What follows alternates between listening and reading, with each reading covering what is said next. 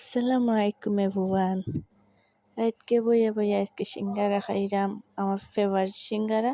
আমার অনেক বেশি ভালো লাগে সিঙ্গারা খাইতে। সো আজকে আমার শাশুড়ির মা তাইন গেছলা বাড়া থেকে আইবার সময় আমরা সবার লাগি করে সিঙ্গারা আনছিলা। সো আমার 2টা সিঙ্গারা আমি খাইলাম বইয়া বইয়া রান্ধি। সো অনেক ভালো লাগে।